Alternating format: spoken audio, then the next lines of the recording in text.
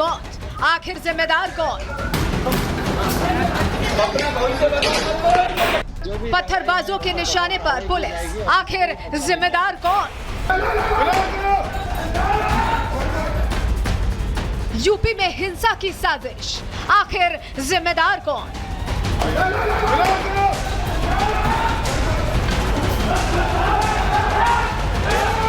ये वो सवाल हैं जो संभल में हुए बवाल के बाद उठ रहे हैं। पूछा जा रहा है कि आखिर क्यों पुलिस को ही निशाना बनाया गया।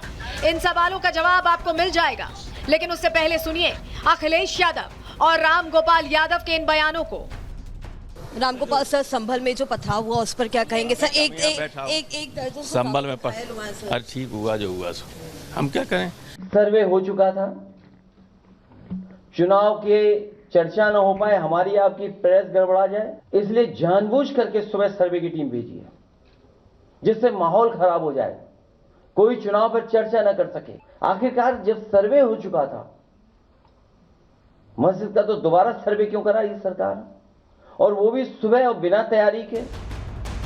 इधर बीजेपी का आरोप है कि समाजवादी पार्टी उपचुनाव में हुई हार के बाद गंदी राजनीति कर रही है, जनता को भड़काकर हिंसा करा रही है। संभल की घटना से यह स्पष्ट है कि संवैधानिक संस्थाओं को सिर्फ इन्हें अपने फायदे के लिए इस्तेमाल करना आता है।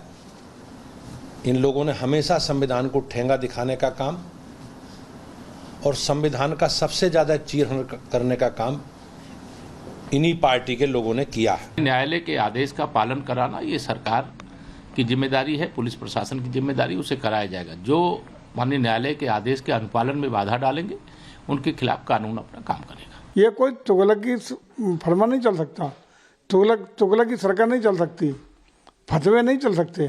देश का कानून सब लोगों पर लागू है, वो मानना पड़ेगा। इस तरह की अराजकता, गुंडई और न्यायालय के आदेश की अवहेलना या उसके खिलाफ जिस तरीके से आप देख रहे हैं तांडव करने का प्रयास कर रहे हैं, ये योगी जी की सरकार में चलने वाला नहीं है। निश्चित रूप से कानून उनको ठीक कर देगा। इतना ही नहीं, आचार्य प्रमोद कृष्णम ने भी संभल में हुई हिंसा को लेकर सपा को आड़े हाथों लिया। कहा कि संभल कल की भगवान के अवतार स्थल है। समाजवादी पार्टी के कुछ नेता संभल को दंगल की आग में झोंक रहे हैं। वो इस कदर बौखलाए हैं कि संभल में या प्रदेश के किसी और शहर में दंगा फैलाने वालों का समर्थन कर रहे हैं। ये जो संभल में उपद्रव हो रहा है, इसके पीछे समाजवादी पार्टी के नेता हैं। मैं उत्तर प्रदेश के डीजीपी और उत्तर प्रदेश के मुख्यमंत्री जी से मांग करता हूं कि संभल को जो लोग दंगों की आग में झोंकना चाहते हैं उनके खिलाफ सख्त। जो आज वहां सर्वे के दौरान जो कुछ भी बवाल हुआ है, हिंसा हुई है, तो उसके लिए यूपी का शासन व प्रशासन पूरी तरह से जिम्मेवार है। इधर संभल हिंसा को लेकर केंद्रीय मंत्री गिरिराज सिंह ने भी आरोप लगाया कि शरिया कानून स्थापित करने की साजिश हो रही है, जिसके बाद कांग्रेस विधायक इरफान अंसारी ने पलटवार करते हुए समाज को बांटने का आरोप लगाया। जिहादी वाले लोग जो शरिया कानून स्थापित करना चाहते हैं भारत के लोकतंत्र को खत्म करके, ये संभल की घटना उसी मानसिकता का द्योतक है। अगर कानून पर ये हमला है, ये लोकतंत्र पे हमला है, ये भारत पर हमला है, ये देश बर्दाश्त नहीं करेगा। कौन आदमी है ये? भाजपा में गया तो जाके वहाँ नेता बन गया है। भाजपा में जो आग उगलता है उसी को भाजपा प्रमोट करती है।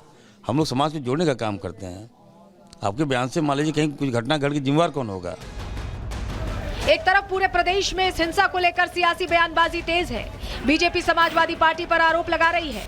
आरोप लग रहे हैं कि उपचुनावों में सपा की हार का साइड इफेक्ट अब दिख रहा है। तो वहीं एक सवाल अभी भी बना हुआ है कि आखिर इस हिंसा का जिम्मेदार कौन है। Bureau report, Republic Bharat. और अब बात करेंगे महाराष्ट्र की कि आखिरकार अब महाराष्ट्र का मुख्यमंत्री कौन होगा।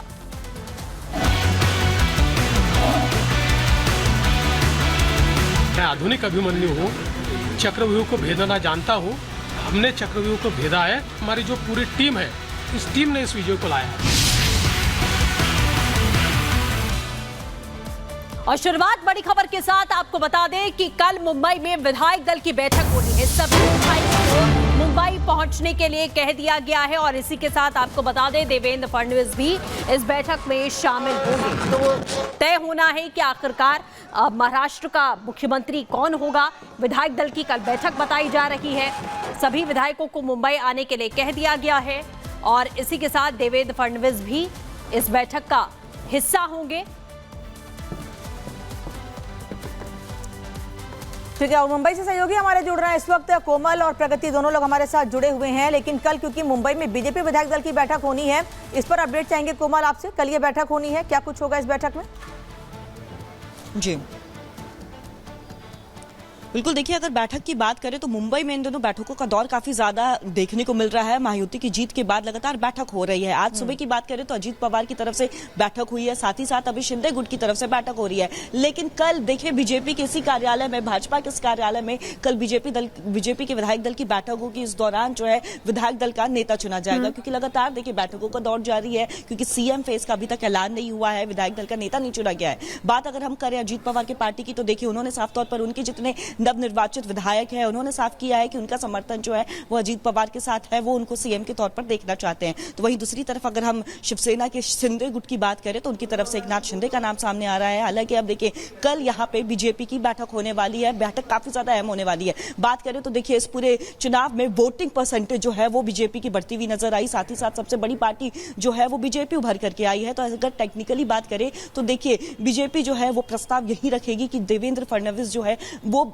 सीएम का चेहरा हो सकते हैं और सबसे ज्यादा देखिए नाम जो है उन्हीं का आगे चल रहा है। तो ऐसे यानी कि कोमल वोटिंग परसेंटेज हो या फिर सीटें, सभी में बीजेपी बड़े भाई की भूमिका में दिखाई दे रही है। इस बीच बड़ी खबर दरअसल ये है कि अब मुख्यमंत्री के चेहरे को भी लेकर के मंथन यहाँ पर चल रहा है। सीधे रुक करते सहयोगी प्रगति का। प्रगति, अलग अलग दलों की जो बैठकें हैं वो तो चल ही रही, लेकिन मुख्यमंत्री कौन होगा इस पर नजरें बनी हुई हैं। आपके पास क्या जानकारी?